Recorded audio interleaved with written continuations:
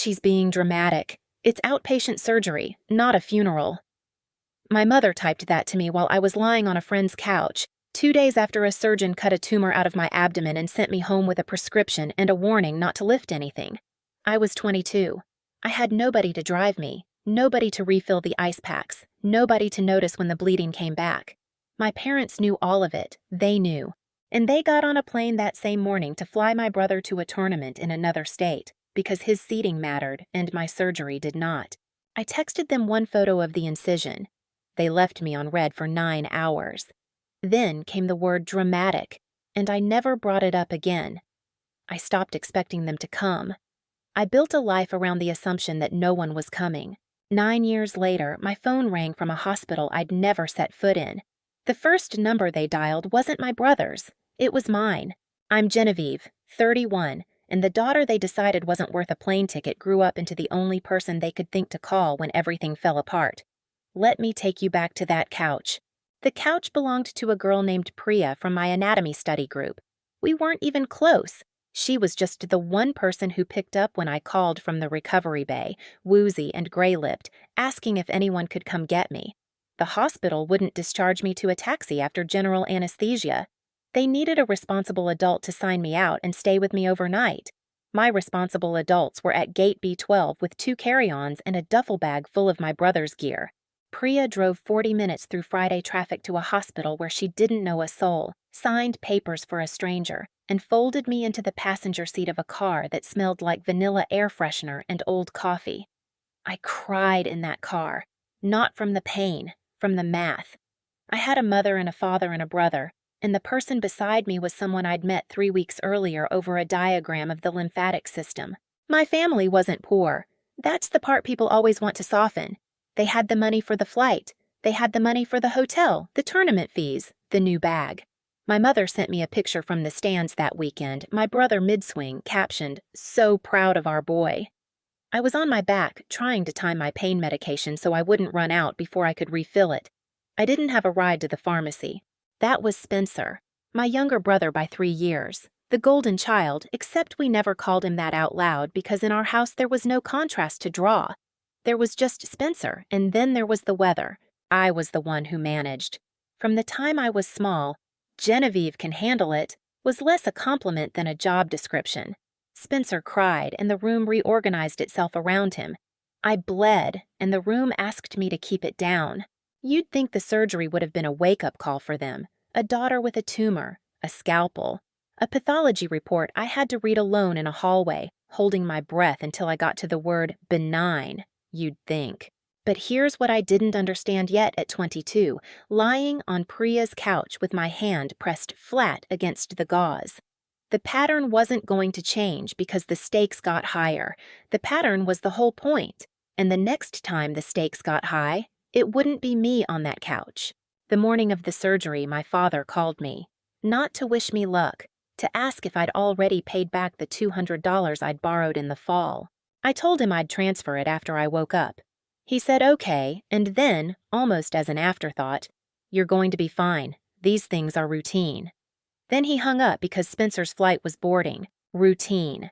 I held on to that word in the pre-op bay while a nurse marked my abdomen with a purple X. Routine for whom? The surgeon told me there was a small chance the mass had spread to the lymph nodes and they'd know more once they were inside. I lay there alone under the warming blanket and made a deal with myself. If I came out of this, I would stop waiting. I would stop refreshing my phone. I would stop being the daughter who keeps the seat warm in case they ever decide to show up. I woke up. The mass was benign.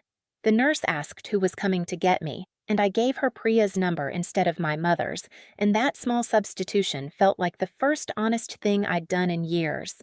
The thing about being raised to handle it is that you get very good at handling it. By the time I was discharged, I'd already Googled how to change my own dressing, how to recognize an infection, how long until I could climb the stairs to Priya's third-floor apartment without tearing the internal sutures. I had a whole curriculum of self-rescue. What I didn't have was anyone to text when the pain spiked at 3 in the morning, and I lay in the dark genuinely wondering if I was bleeding internally. Too proud to call an ambulance, too alone to call anyone else. I texted my mother once that night. "I think something might be wrong." She answered at noon the next day. Drink water and rest. You always catastrophize. Then a separate text, 90 seconds later, a photo of Spencer holding a trophy. Look who placed second. That was the moment something in me went quiet. Not loud, quiet. The way a house goes quiet when the heat finally clicks off. I didn't answer. I never showed her the incision again, and for 9 years I let her believe the silence meant I was fine. Before I go any further, if any part of this is already sitting heavy in your chest, take a second to like and subscribe. It genuinely helps these stories reach the people who need them. And tell me in the comments where you're watching from and what time it is there right now. I read every one, and I like knowing who's out there. So let me get back to what happened after I stopped waiting. What I did next wasn't dramatic. That's the part my mother would never have predicted. I didn't scream. I didn't write a letter. I went back to school. I was already a nursing student when the tumor showed up, which is its own kind of joke, the caretaker who had no one to take care of her. But after that recovery, something hardened into a plan.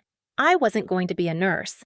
I was going to be the kind of clinician who notices the patient nobody else is checking on, the one in the corner bed, the one whose family didn't come. I finished my bachelor's. I worked nights on a med-surg floor for 2 years, the brutal shifts nobody wanted, holidays and overnights, because they paid more and because I had no one expecting me home. I learned to start an IV on a dehydrated 80-year-old in the dark. I learned which silences in a patient meant pain they were too embarrassed to report. I learned to read a room the way I'd learned it as a child. Except now it was a skill that saved people instead of a survival reflex that protected no one. I want you to understand that this wasn't a montage. People love to compress 9 years into a sentence. And then she rebuilt her life. There was no and then. There were thousands of ordinary days. There was the year I cried in the supply closet because a patient I'd grown attached to coded on my shift. There was the apartment with the broken radiator and the roommate who stole my groceries. There was the licensing exam I failed the first time and passed the second. There was Priya, who stayed in my life. She became a pharmacist.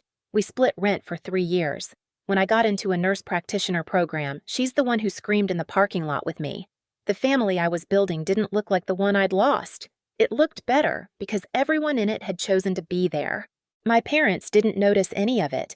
We talked maybe 4 times a year, the obligatory holiday calls where my mother would spend 19 minutes on Spencer's news and then ask, almost startled to remember me, "And how's the nursing thing going?"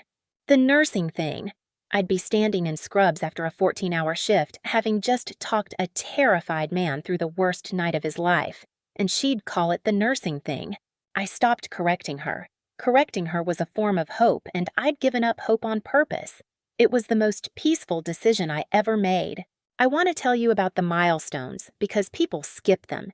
They want the surgery and then the hospital 9 years later, and they treat everything in between like a fast forward. But the in-between is where I actually became someone.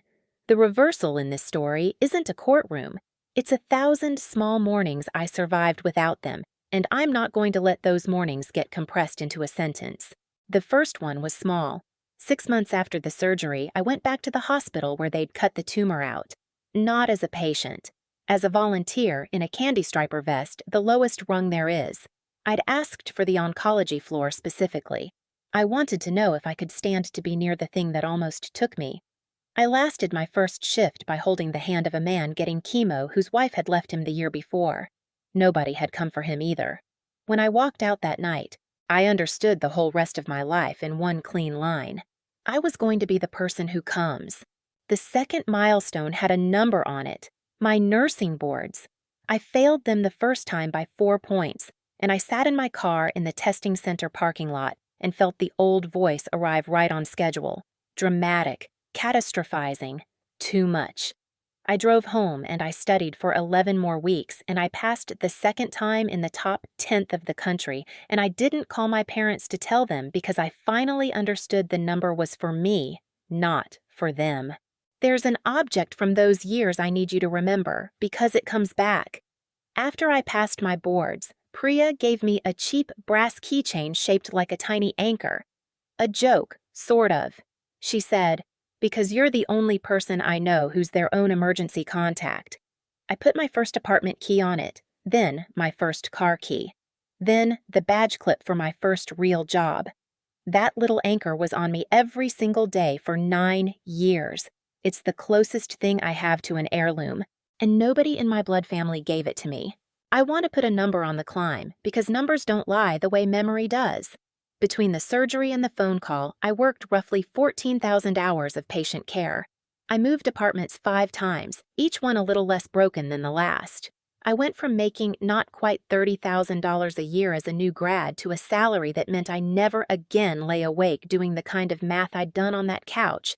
I am not telling you this to brag. I'm telling you because every one of those hours and dollars was earned in the silence my family handed me. And the silence turned out to be raw material. They thought they were withholding. They were, without meaning to, providing. The worst gift I ever got was being left alone, and I built my entire life out of the box it came in. The third milestone was the one that changed the math. I got into a nurse practitioner program. It meant 3 more years of school on top of full-time work, no income to speak of, and a kind of exhaustion I can't describe to you. The day my acceptance came, I called my mother. I don't know why. The old reflex. I told her I'd gotten into the program, and there was a pause, and she said, "That's a lot of school. Are you sure you can handle it financially? We can't help. You know that. Spencer's situation is, well..." She'd reached for her checkbook in her head, found Spencer's name already written on every line, and told me no to a question I hadn't asked. I said, "I didn't ask you for money, Mom. I just wanted to tell you good news." And she said, "Oh." Just oh. Like the concept of me having good news that didn't require anything from her was genuinely confusing. I hung up and I sat with the brass anchor in my palm, and I made my second deal with myself. I would stop bringing her my good news. A garden doesn't keep blooming for someone who only ever shows up to ask if it's costing them anything. The rise wasn't a straight line, and I won't pretend it was. There was a year in the middle where I almost quit. The program was crushing me. I was working overnight shifts and going to lectures on 3 hours of sleep, and there was a clinical rotation under a preceptor who reminded me so much of my mother that I'd come home shaking. She had the same gift for making competence look like overreach. "You're very intense," she told me once, after I caught a medication error that would have hurt a patient. Intense, dramatic, catastrophizing. The family vocabulary follows you out into the world. It just changes uniforms. I went home that night and I called Priya, and I told her I was going to drop out, that maybe my parents had been right, that maybe I really was too much. And Priya, who was sitting with her dying father at the time and had every reason to have no patience for me, said the sentence that got me through. "Jenner, the only people who think you're too much are the people who weren't planning to give you anything anyway." Too much for what? For them? Good. Be too much for them and exactly right for everyone who deserves you. I stayed in the program. The day I graduated and got my certification, I was 30. There was a small ceremony. I didn't invite my parents.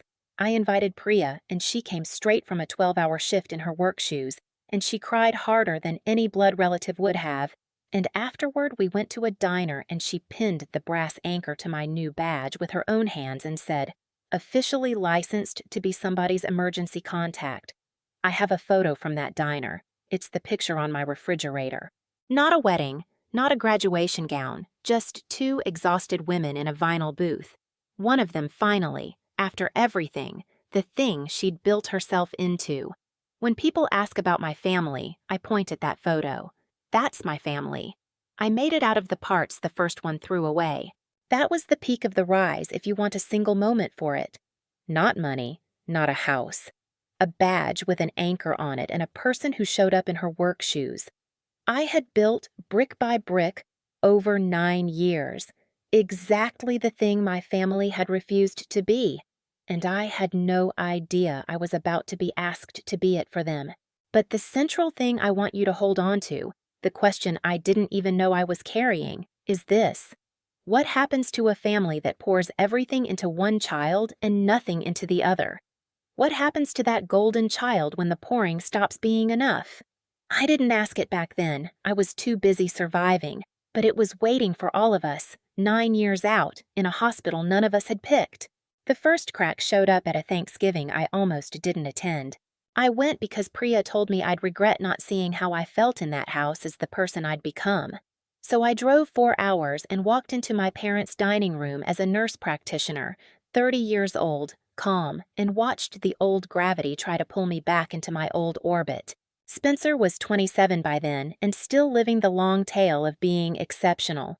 The tournaments had stopped. He'd been good, not great, the kind of good that gets you a partial scholarship and then a slow, confusing slide into ordinary. He'd dropped out of 2 programs. He was between things. My parents described this the way you'd describe a layover, like the destination was still guaranteed and he was simply en route. At dinner, my mother asked Spencer about his ventures. He talked for a while about an app idea. My father nodded along, refilling Spencer's wine. When the conversation finally drifted toward me, my mother said, "Genevieve's always been so independent. She never needed us the way Spencer does." She said it like a compliment. She said it the way you'd say a daughter required less maintenance, like a low-flow appliance. I set down my fork. "I needed you," I said, calm, quiet. I just stopped asking. The table went still. My father looked at his plate. My mother laughed the small laugh she used to dissolve discomfort. "Here we go," she said. "She's been dramatic since she was a baby." There it was. That word again, 9 years older and still in her mouth. Dramatic. I let it sit there. I didn't take the bait. I asked Spencer to pass the rolls. But here's what none of them knew. I'd spent 9 years learning exactly how much a person can carry before they break, because that was my actual job now. And I could see it on Spencer. The way he drank. The way his hands moved. The way he flinched when my father mentioned the money he'd invested in Spencer's last venture. The one that had quietly collapsed. The golden child was buckling under the weight of being everyone's whole reason, and nobody at that table could see it but me. After dinner, I found him on the back porch, in the cold, alone, holding a beer he wasn't really drinking. I hadn't been alone with my brother in years. I almost left him to it. Instead, I sat down on the step beside him. "That thing you said in there," he said, not looking at me, "about needing them and stopping asking." He took a breath that shook. "I always knew, Jen. I want you to know I always knew it wasn't fair. I just didn't know how to be the one who said it, because if I said it, then I'd have to give back everything they gave me, and I didn't want to. I wanted the good seat. I wanted to be the one they bragged about. I was a coward, and I let you be the price."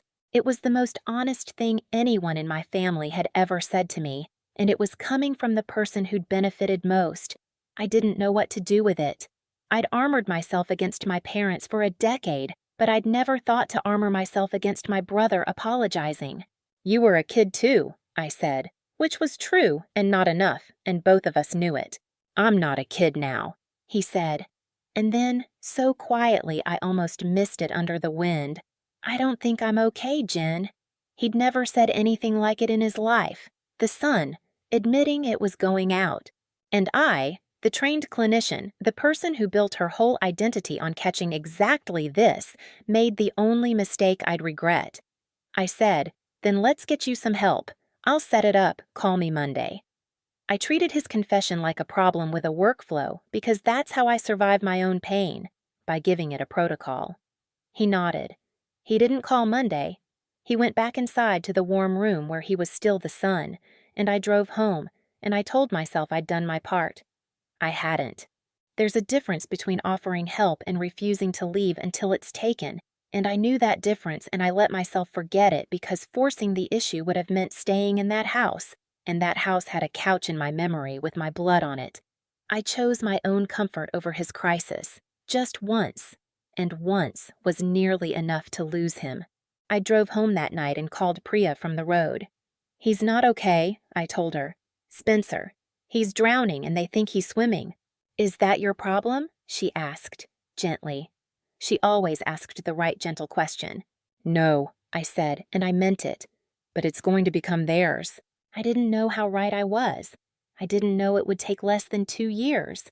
I should tell you about Priya, because she's the reason I learned what family was supposed to look like before I ever had to use it on my own.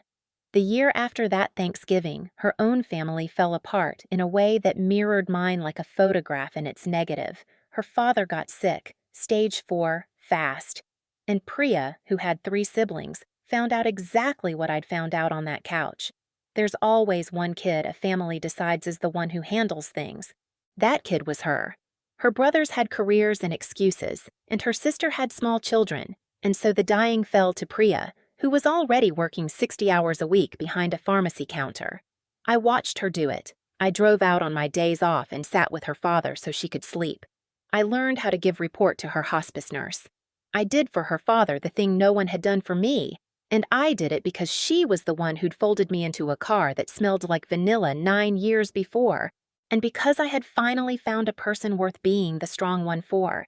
The night her father died, Priya said something I've never forgotten. We were sitting on her kitchen floor at 3 in the morning. She said, "Your family taught you to be alone. Mine taught me to disappear into other people. We're the same wound, Jen. We just got different scars." Then she said, "Promise me when your family finally needs you, you don't do for them what you did for my dad. You don't pour the whole pitcher. There won't be anything left." I promised. I broke that promise inside of 2 years, and I'd do it again, and Priya was both right and wrong, and I'll get to why. What Priya got right was the warning. There is a kind of person made by families like ours who will empty themselves entirely the second someone reaches out a hand, because being needed is the only love we were ever trained to recognize. We don't know how to be loved for resting. We only know how to be loved for carrying. And so we carry until we collapse, and then we feel guilty for collapsing. Priya knew that about both of us because she'd lived it at her father's bedside. Pouring out the whole pitcher, ending up hospitalized herself from exhaustion 2 weeks after the funeral. She didn't want me to make her mistake. What she got wrong, and she'd admit it now, is that there's a difference between pouring out the pitcher because you can't stop yourself and pouring it out because you've chosen to, with your eyes open, knowing the cost and deciding the person is worth it. The first one is a wound running you. The second one is you, running your own life. It took me until that hospital to learn the difference. The difference is the entire story. There was a patient that same year who I still think about. An old woman, 80s, lung cancer, sharp as a blade. Her chart said, "No living relatives." On her intake, I asked my question, the one I ask everyone. "Who's coming with you?" And she looked at me and said, "Honey, I outlived everyone who'd come. So I came." Every shift she was on my unit, I made sure I was the face she saw. One afternoon, she grabbed my wrist with surprising strength and looked at the brass anchor clipped to my badge and said, "Somebody who loves you gave you that." It wasn't a question. I said yes. She nodded like I'd confirmed something important and said, "Then you already know how to do this. You just give what you got. Doesn't matter that it didn't come from blood."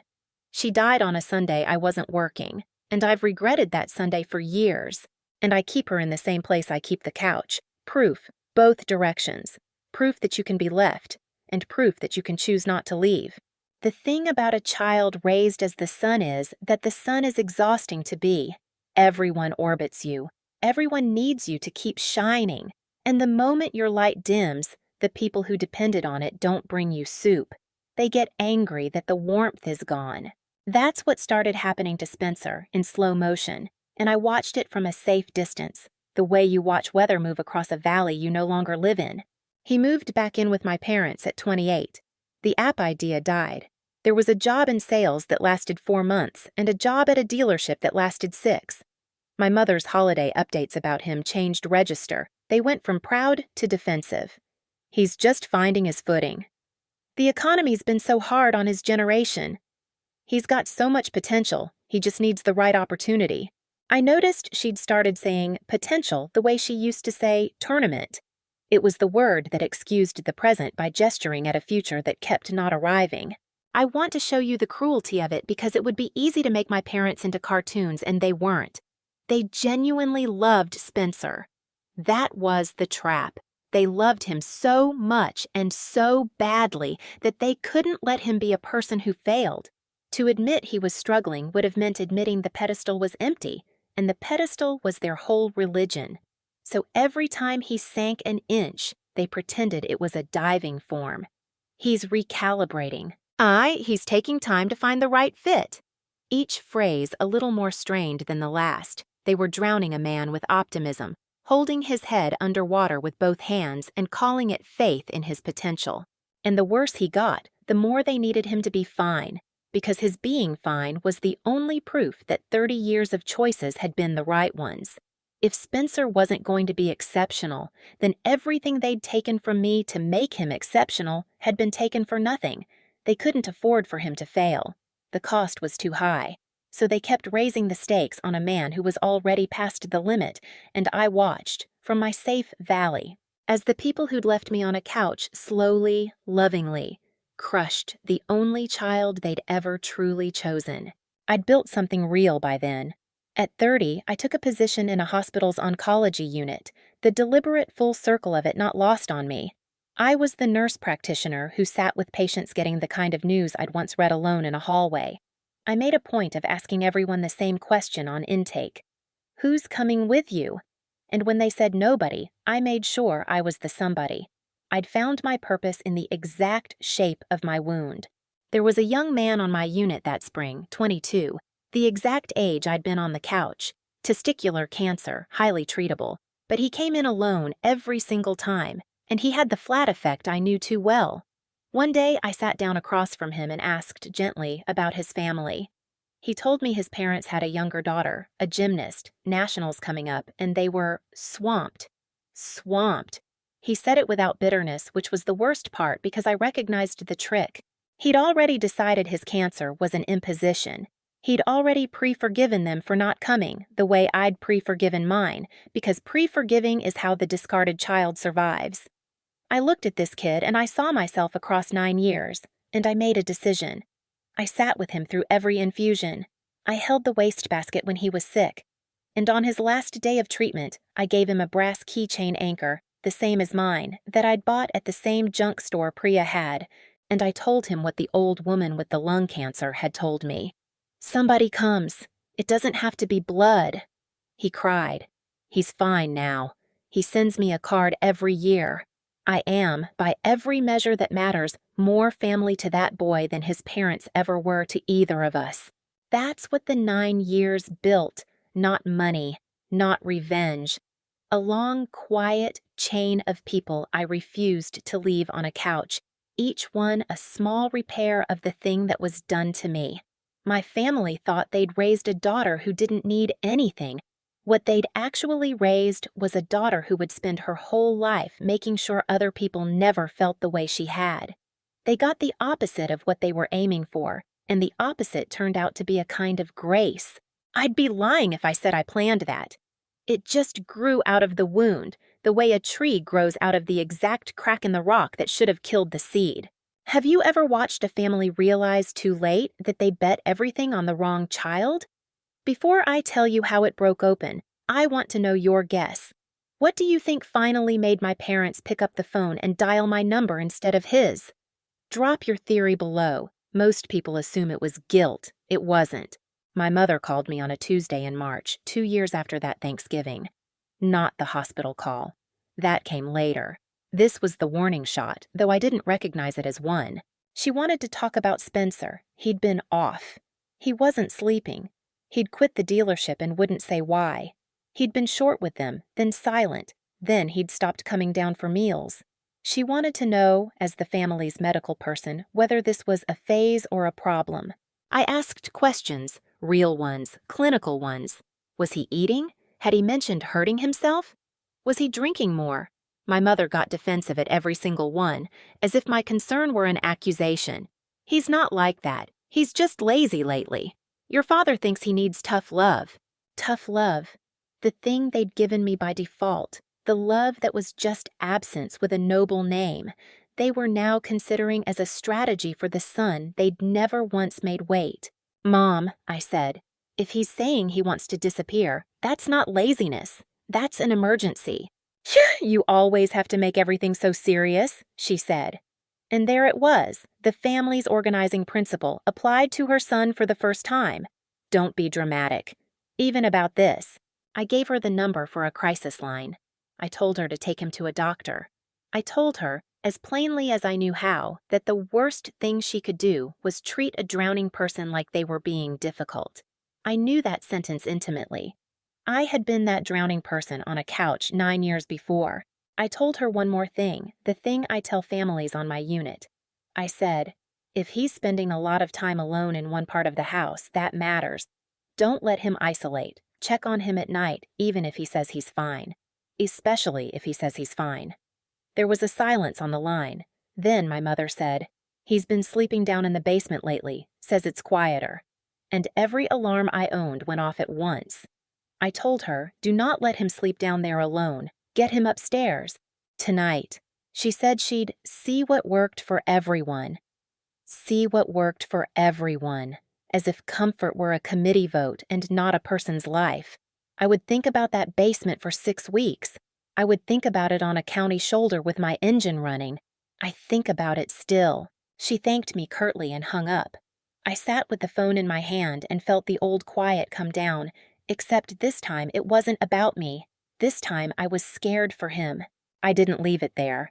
That's the part I want you to know, because the easy version of this story is the one where I sit back and let karma do the work. I didn't. 2 weeks after that call, I drove the 4 hours to my parents' house unannounced. I told myself I was checking on Spencer as a clinician. The truth is, I was checking on my brother. He answered the door himself, which I hadn't expected. He looked terrible. 30 pounds lighter than the Thanksgiving I'd last seen him, gray under the eyes. The smell of someone who'd stopped caring whether he showered. The sun, gone to ash. And for 1 second, before he remembered to perform, I saw raw relief on his face that someone had come for him. Then my mother appeared behind him and the moment sealed over. "Genevieve," she said in the voice she used for unexpected guests. "You should have called." I said I wanted to take Spencer to lunch. Just us. My mother's eyes did a calculation I recognized from childhood. She was deciding whether I was a threat to the story she was telling herself.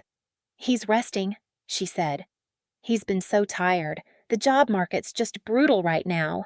She put her hand on the door like she might close it. "Mom," I said quietly, "I'm not here to embarrass anyone. I'm a medical provider, and I'm telling you your son is sick." My father came up the hall then. He'd aged too, but his particular gift had survived intact, the gift of being insulted by other people's concern. "We don't need you to diagnose this family," he said. "Spencer's going through a rough patch. We handled you. We'll handle him." We handled you. 3 words. He didn't even hear himself say it. He just told me, out loud, that what they did to me had been a management strategy, and that they intended to apply it to my drowning brother. I looked at Spencer over his shoulder. Spencer looked at the floor. "Okay," I said, "because I'd learned that you cannot rescue someone whose keepers have decided you're the problem." I left my card on the entry table, the one with my cell on it, and I said to Spencer, not to them, "Any hour. I mean it, any hour." And I drove 4 hours home. He texted me once, 3 weeks later, at 2 in the morning. Just 2 words. "You awake?" No question mark. I called him immediately and it rang out, and I called again, and then a 4th time, and on the 4th he picked up and his voice was thick and far away and he said, "Sorry, wrong person, didn't mean to." And he hung up. I sat up the rest of that night with the phone on my chest. In the morning, I called my mother and told her, plainly, that Spencer had texted me at 2 a.m. and I was worried, and she said, "And I will never forget this," she said. "He probably just butt-dialed you. Don't make it into something, Genevieve. You always do that." Then she told me they'd taken him to a doctor who said he was just stressed and that I should stop feeding his drama, and that frankly my showing up unannounced had set him back. There it was, the counterattack. I'd named the danger and they'd reframed me as the danger. The nurse practitioner, the person trained to see exactly this, recast as the relative who couldn't leave well enough alone. I was the problem again, the same way I'd always been the problem, except now being the problem meant I couldn't save the one person I was trying to save. I backed off. God help me, I backed off, because every instinct I had was being used as evidence against me. And I told myself the doctor they'd seen knew more than I did, and that was the lie I had to live with for the 6 weeks that followed. That was the cruelest thing about the months that followed. I knew. I'd seen it with my own eyes. I'd named it out loud, and I'd been turned away at the door of the house I grew up in, told that concern was interference, told that my brother's slow death was a family matter and I wasn't family enough to weigh in. The same status that had left me on a couch now locked me out while my brother went under. Because I knew something my mother didn't. The body keeps a ledger. So does the mind. Spencer had spent his whole life being told he was the family's everything, and now he was failing at being everything, and there was no version of him that had ever been allowed to be ordinary, let alone broken. There was no soft place in him to land. They'd never built one. They'd been too busy building a pedestal. I didn't hear from them for 6 weeks. I almost called twice. I didn't because I'd spent 9 years learning that the family only let me in when they needed something, and I'd promised myself I'd stop volunteering for a role nobody appreciated. But I worried. God, I worried. The patients on my unit must have wondered why I started asking about their estranged siblings. And then, on a Thursday, in late April, my phone lit up with my mother's name at 6:40 in the morning. I knew before I answered. You always know. Before I tell you what she said, I need to be honest about something, because the comments on a story like this always fill up with the same question. Why answer at all? After everything, why pick up? I'll tell you the truth. I almost didn't. I looked at her name and I felt the old gravity, the pull back into the orbit where I existed only to absorb impact. My thumb hovered, and then I thought about Spencer, who never asked to be the son, who was only ever a kid handed an impossible job, and I answered. Not for them, for him. There's a difference, and I'll spend the rest of this story showing you what it is. Genevieve. My mother's voice was wrong, stripped. I'd never heard it without its performance. We're at the hospital. It's Spencer. He took something. They don't know if, we don't know what to do. The doctors are asking us things and your father can't. He can't even, we don't. Please, you know about this. What do we do? She was babbling. My mother, who'd spent my entire life being unflappably above my emergencies, was coming apart over the phone, and the first coherent thing she managed was a question she should have asked someone else. What hospital? I said, flat, clinical. The voice I use when a patient is crashing in panic helps no one. She told me. It was 90 minutes from me, in the suburb where they lived, a hospital I'd never set foot in. And then she said the thing I will hear in my head for the rest of my life. We called Spencer first, to tell him to come help. And it just rang. He didn't, of course he didn't. He's the one who, I forgot, I'm not, I can't think. So we called you. You're the only one who knows about this kind of thing. We called Spencer first. They'd reached for the golden child by reflex, even as the golden child lay on a gurney down the hall. And when the son didn't answer, they finally dialed the daughter they'd left on a couch. I told her I was coming. I told her to find the charge nurse and ask for the on-call social worker. I told her not to sign anything she didn't understand. And then I got in my car. I want to tell you I felt triumphant. The story you're maybe expecting wants me to. The daughter, vindicated, racing toward the proof that she'd mattered all along. But there was no triumph in that car. There was a 90-minute drive and a man I loved despite everything, fighting for his life, and the cruel arithmetic of a family that had finally run out of golden children to call. If you've ever been the one they only remember in a crisis, I see you. Stay with me because what happened in that hospital is not what either of us expected. The drive was the longest of my life and I made it in 70 minutes. I broke every speed limit between my apartment and that suburb, and the whole way I did the one thing I knew how to do. I prepared. I called ahead to the unit, identified myself as a nurse practitioner and as family, and got a clinician on the phone who could actually tell me something. Overdose. Stabilized but critical. Found by my father in the basement, which meant my father had been the one to find him, and I had 90 extra minutes of that image to live inside before I arrived. There was a stretch of that drive where I almost turned around. I need to be honest about it because the version of me you might be rooting for would never falter, and I'm not her. Somewhere around the halfway mark, on a dark county road, the clinician in me ran the numbers I'd gotten on the phone and arrived at a place I didn't want to be. The timing was bad. The dose was bad. My father had found him, but nobody knew how long he'd been down there before that. And I thought, with a coldness that frightened me, I might be driving 90 minutes to a waiting room to watch them lose him, and they'd called me to be the one who explains the unexplainable, the one who handles even this, the one who absorbs the worst news so they don't have to be the first to hear it. I pulled over. I actually pulled the car onto the shoulder and put it in park and sat there with the engine running and Priya's voice in my head. Don't pour the whole pitcher. There won't be anything left. I thought about every door they'd closed on me, the couch, the text. We handled you. The card I'd left that no one called. I thought, I don't owe them this. I could let this be the consequence they earned. I could turn around and let the family they built without me collapse without me too. And then I thought about Spencer at 20, laughing at a photo of my incision because laughing was the only thing the family permitted, and Spencer at 30, looking at me through a doorway with relief he wasn't allowed to feel. And I understood that turning around wouldn't punish my parents. It would only finish what they'd started on my brother. The math wasn't about them. It had never been about them. I put the car in drive. I want to be clear that this was the lowest point, lower than the couch, because on the couch I was 22 and powerless, and at least my helplessness wasn't a choice. On that shoulder, at 31, I had all the power. I could have driven home, and the wound in me, 9 years deep, was screaming that I should. The reason I didn't is the entire difference between them and me, and it cost me something to choose it. Don't let anyone tell you the high road is free. By the time I walked through the ER doors, I'd already done the thing my parents couldn't. I'd thought, I'd planned, I'd become, in the space of a drive, the responsible adult who shows up.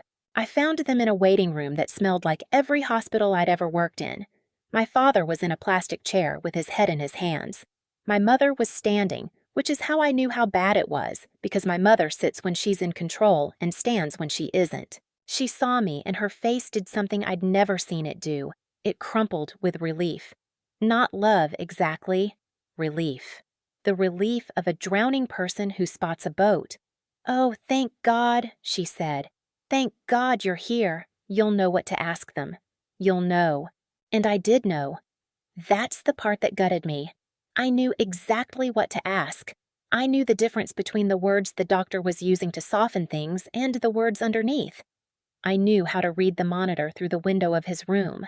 I knew when the attending came out and started explaining the next 12 hours, which sentences were hope and which were preparation. I translated for them. My parents, who had spent 30 years deciding what I was and wasn't capable of, sat in those plastic chairs and depended on me to tell them whether their son would live. There was a moment that crystallized the whole inversion. The attending came out with a consent form. There was a decision to make about a procedure, a clinical judgment call about risk versus benefit, the kind of thing families agonize over with no good information. The attending looked at the three of us and asked, "Who's the decision maker here?" And my parents, in perfect unison, without a flicker of irony, both pointed at me. The man who'd told me at the door of his house that they didn't need me to diagnose this family. The woman who'd called me dramatic across 30 years. They pointed at me, the daughter they'd left on a couch, and made me the one to sign for their son's life. I want you to sit with how strange that was. They had spent my entire existence insisting I wasn't to be relied upon for the important things, and the most important thing that ever happened to them, they handed to me without a second's hesitation, the second a stranger asked. I didn't gloat. I read the form. I asked the questions a family should ask. I made the call I'd have made for any patient, the right one, and I signed my name, and my hand didn't shake, because I'd signed 1,000 of those for strangers, and now I was finally signing one for my own blood. My mother watched me sign. She watched my steady hand, and something in her face broke that I think had been holding for 3 decades. She'd built a story where I was less, and she was watching the evidence of how wrong she'd been move a pen across a page. This is the part where you might expect me to make them pay. to pull out the receipt, to say, "Where were you when I was on that couch?" I'd imagined that speech for 9 years. I had it memorized. I could have delivered it in that waiting room, perfectly calm, and watched it land. I didn't, and I need you to understand why, because it's the whole point. I didn't say it because Spencer was on the other side of that door, and saying it would have made his crisis about me, the same way they'd made my crisis about everything except me. I wasn't going to do to him what they'd done to me. I wasn't going to use his worst night as a stage. So I held the speech in my mouth, and I did my job. I asked the attending the real questions. I asked about the next dose, the monitoring protocol, the psych consult, the hold. I made my father drink water. I made my mother sit down. I went to the vending machine and bought crackers because my mother's hands were shaking from low blood sugar and somebody had to notice. And the somebody was me, because the somebody was always me, except now I'd chosen it instead of inheriting it. There was an hour in the middle of that first night that I keep returning to. My mother kept getting up to ask the desk for updates, and they kept telling her the same thing, and she kept coming back more frantic, and at one point she rounded on me and snapped, "Why aren't you doing anything? You're supposed to know people. Make them tell us something." The old reflex surfacing under pressure. The reflex that said my job was to fix the unfixable so she didn't have to feel it. I didn't snap back. I said very quietly, "There's nothing to make them tell us yet, Mom." We wait. This is the part where you don't get to skip ahead by being important. This is the part where you just sit with it. And she stared at me because I'd named the exact thing she'd done my whole life. She'd skipped every hard part by being important, by being busy, by having somewhere more deserving to be. There was nowhere more deserving to be now. There was just a hallway and a fear she couldn't delegate, and a daughter telling her, gently, that delegation was over. She sat back down. For the first time in her life, she didn't have a flight to catch out of someone else's emergency. Around hour 3, my mother said the first true thing she'd ever said to me. We were alone in the waiting room. My father had gone to move the car. "I don't know how to do this," she said, to her hands. "I don't know how to have a child who needs me and not be able to fix it with money or a phone call to someone important. I don't know how to just sit here and be afraid." And I almost said it. Welcome to 9 years ago. Welcome to a couch and a benign tumor and a text that said dramatic. I almost handed her the bill. Instead, I said, "You sit here and you stay afraid and you don't leave. That's the whole job. That's all it ever was." She looked at me like I'd spoken a foreign language she half remembered. Because I had. I'd just described the thing she'd never done for me, and she finally understood it because she was finally on the other side of it. That was the reckoning. Not a speech, not a receipt. Just a daughter explaining in a hospital waiting room what love actually requires to a mother who'd skipped the lesson the first time it was offered. Spencer made it through the night.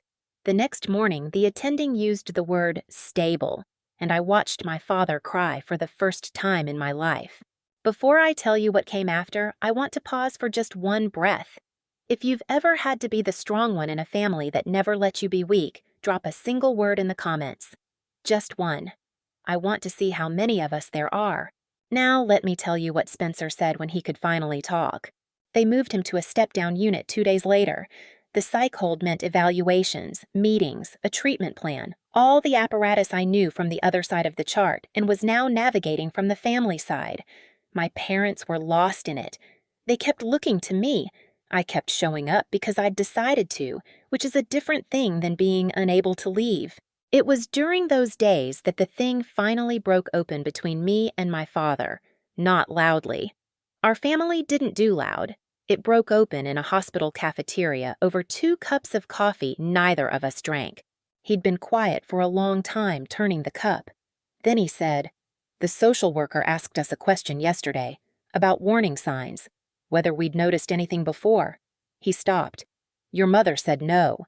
She said it came out of nowhere." His jaw worked. "It didn't come out of nowhere.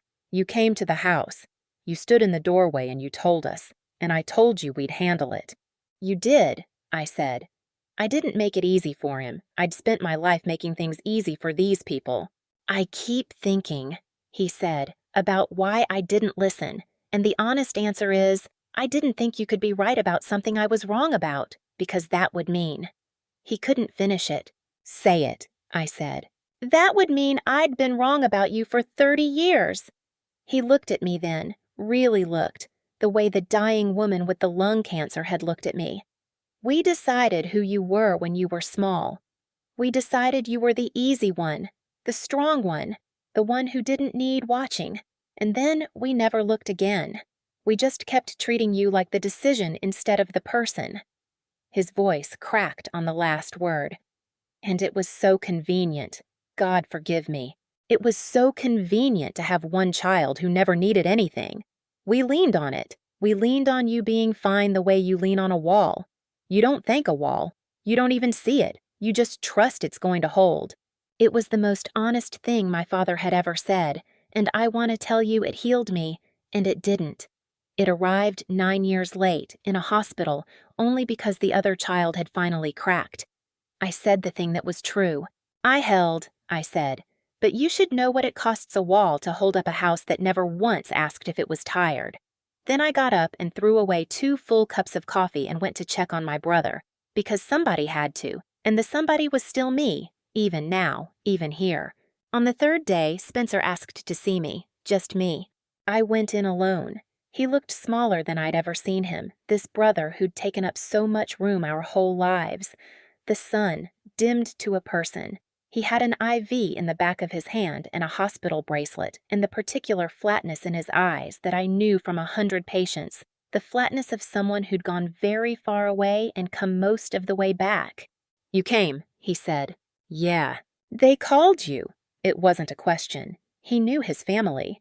When it was bad, they called you, not me.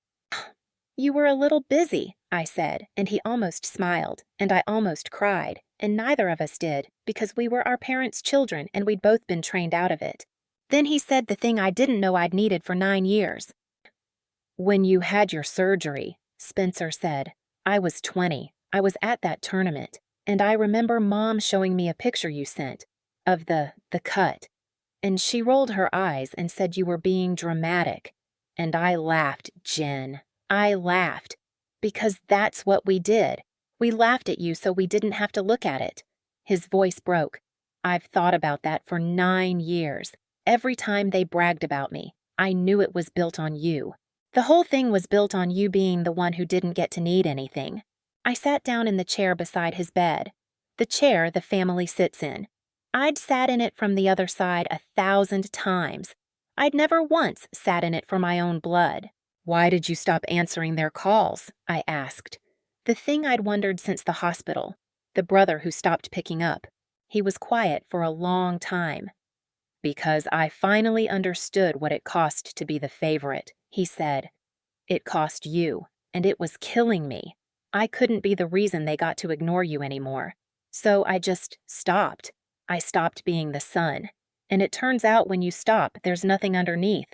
They built a whole family on me and never gave me a floor to stand on, same as they never gave you a roof. We sat with that, the 2 engineered halves of one broken family, finally comparing the blueprints. Then he told me something I didn't know, a card I'd never been dealt. That tournament, he said, the one they flew me to, when you had the surgery. He was looking at the ceiling. I asked them on the plane if we should be home with you instead. I was 20, and even I could feel it was wrong, and Dad said, Genevieve's tougher than you. She'd want you to focus. And I let it go because I wanted to play and because it was so easy to believe him. They handed me a version of you that made it okay to leave you, the tough one, the one who'd want me to focus. His voice went flat and terrible. I've carried that for 9 years, that I asked the right question once, when I was 20, and then I let them talk me out of the answer because the answer was inconvenient for me. I hadn't known that.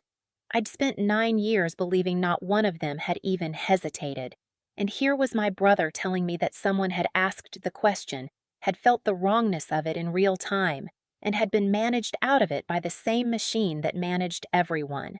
It didn't make it better, but it made it different. It meant the family hadn't been heartless.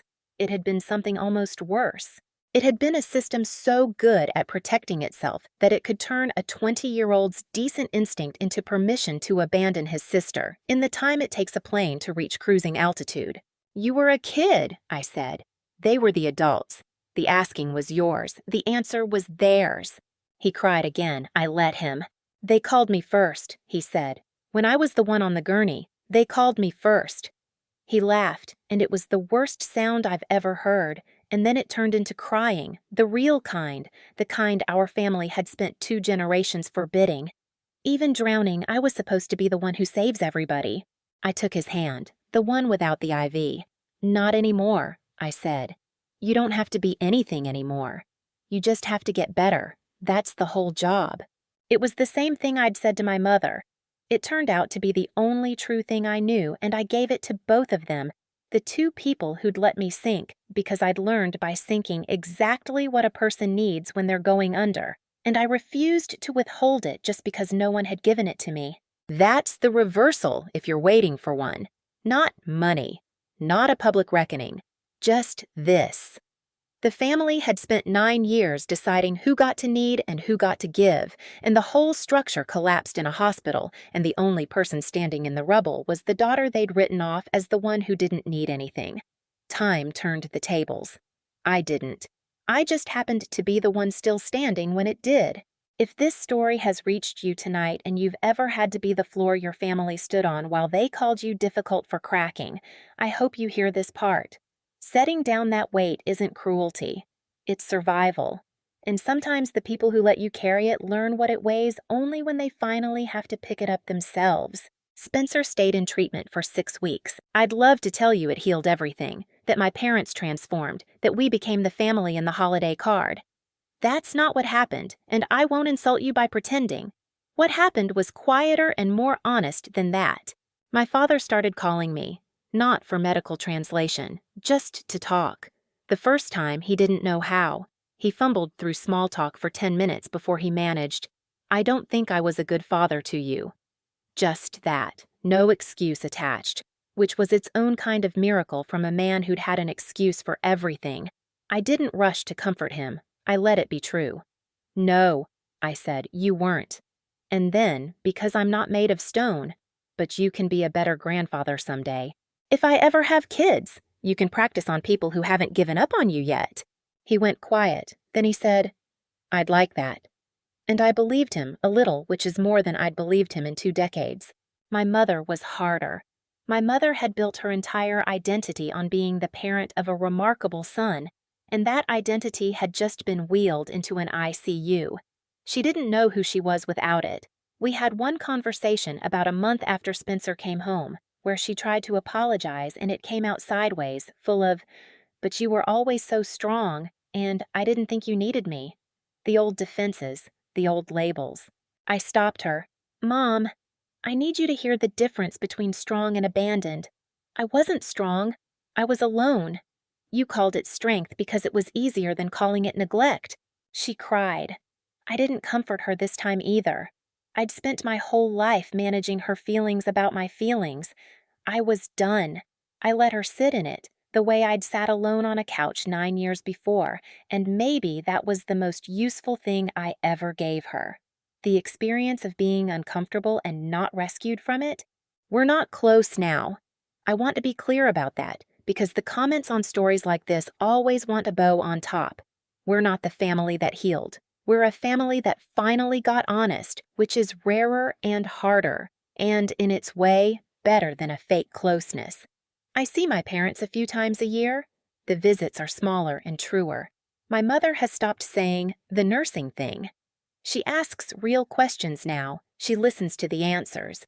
It took a near catastrophe to teach her that I was a whole person, and I'll never forgive how late the lesson came. But I'll take the lesson. Spencer is the family I actually got back. He's 2 years sober now. He works at a hardware store, a normal job, an ordinary job, the kind our parents would once have been ashamed of, and he's the happiest I've ever seen him because nobody at the hardware store needs him to be the son. They just need him to show up, and he can do that. We talk every week. He started calling me on Tuesdays, the same day my mother once called to ask if Spencer was a phase or a problem. I think he chose Tuesday on purpose. I never asked. Some things you just let be a gift. The recovery wasn't clean either. There was a relapse 8 months in, a bad one. He called me at midnight from a gas station, ashamed, certain I'd be done with him. And I drove the 90 minutes again because the second deal I'd made with myself on that shoulder still held, and I sat with him on the curb under the fluorescent lights, and I didn't lecture and I didn't leave. He kept waiting for me to tell him he'd ruined it. I told him relapse is part of the data, not the verdict. The same thing I tell my patients. He got himself back into treatment the next morning. He told me later that the difference, the thing that let him keep going, was that for the first time in his life, someone had seen him fail and stayed anyway. Our parents had only ever loved his success. I was the first person who loved him through a failure, and it turned out that's the only kind of love that actually holds a person up. I learned that from being failed. I gave it to him on purpose. The wound, doing its work again. He carries one of those brass anchors now. I gave it to him on the curb at that gas station. He keeps it on his keys next to the key to a tiny apartment that is entirely, ordinarily, his. He told me once, "You saved my life." And I corrected him because it matters. "No," I said. I picked up the phone. "You saved your own life. I just made sure you knew somebody was still on the line." That's the truth about all of it. I didn't engineer a single thing. I didn't plot, didn't plan, didn't pull a hidden card at the perfect moment. I just refused to disappear, even after they made disappearing the easiest thing in the world. I built a life out of the exact materials they handed me. They taught me how to be alone, and I turned it into the ability to be alone with the people nobody else would sit with. They taught me that I didn't get to need anyone, and I turned it into a career of being the someone for people who had no one. The wound never fully closes. I won't lie to you about that. Some nights I'm still 22 on a stranger's couch, doing the math, coming up short of family. But the wound did something I didn't expect. It became the exact shape of the work I was put here to do. Every patient I sit with who says nobody's coming, I get to be the proof that somebody comes. That's not in spite of what my family did. It's because of it. They built me to handle it. They just never imagined I'd handle it for everyone but them. And then, when it counted most, for them too, on my own terms, with my own 2 hands, owing them nothing. If there's someone in your family who was assigned the role of the strong one, the one who didn't need anything, the one it was safe to forget, call them. Not in a crisis. Now. While it's quiet, ask them how they actually are, and then sit there and stay afraid of the answer if you have to. That's the whole job. It always was. That's my story. A couch, a benign tumor, a text that said dramatic, and 9 years of silence I chose on purpose, and a phone that finally rang from a hospital, dialing the daughter they'd left behind, because she was the only one who'd ever learned what it takes to stay on the line. I picked up, not because I owed them, because I'd become someone who knows that the call you almost don't answer is sometimes the only one that matters.